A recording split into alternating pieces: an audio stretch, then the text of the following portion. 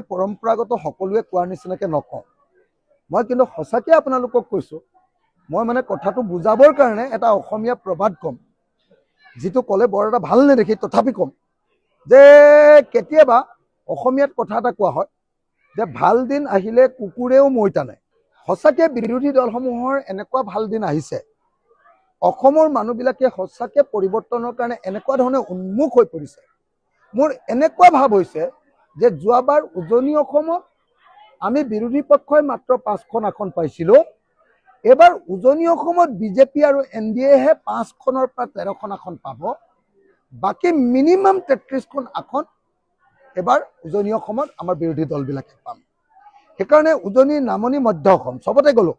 গুৱাহাটী সবলৈকে গ'লো সবতে এতিয়া বিৰোধীৰ প্ৰতি প্ৰবল ঢৌ আছে বিজেপিৰ প্ৰতি প্ৰতিষ্ঠান বিৰোধী ঢৌ আছে গতিকে এইবাৰ চৰকাৰ তিনি গগৈৰ হ'ব এইবাৰ চৰকাৰ কংগ্ৰেছ ৰাইজৰ দল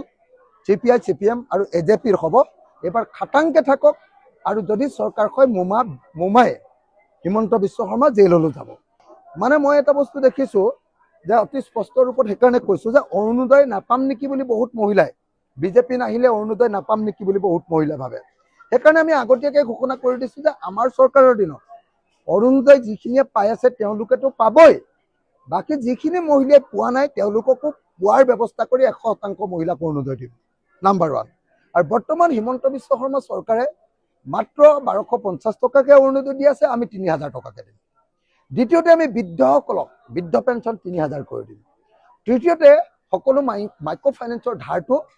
মহিলাবিলাকৰ মাইক্ৰ ফাইনেন্সৰ যিমান ধাৰ আছে সব ধাৰটো মাফ কৰি দিয়াৰ ব্যৱস্থা কৰিম আৰু এই তিনিটা কৰি দিয়াৰ প্ৰতিশ্ৰুতি দিয়াৰ কাৰণে এতিয়া সমগ্ৰ অসমৰ মহিলা সমাজে কৈছে যে আমি মোমাতকৈ তাত বেছি সুবিধা পাম গতিকে তালৈ আমি ঢাপলি মেলিম অখিল গগৈ এইবাৰ ইলেকশ্যনত জিকিলে গৌৰৱ গগৈৰ লগত মন্ত্ৰী হ'ব বুলি শিৱসাগৰ মানুহে অনুমান কৰিছে গতিকে এইবাৰ মই 50,000 ওপৰ ভোটত জয়ী হ'ম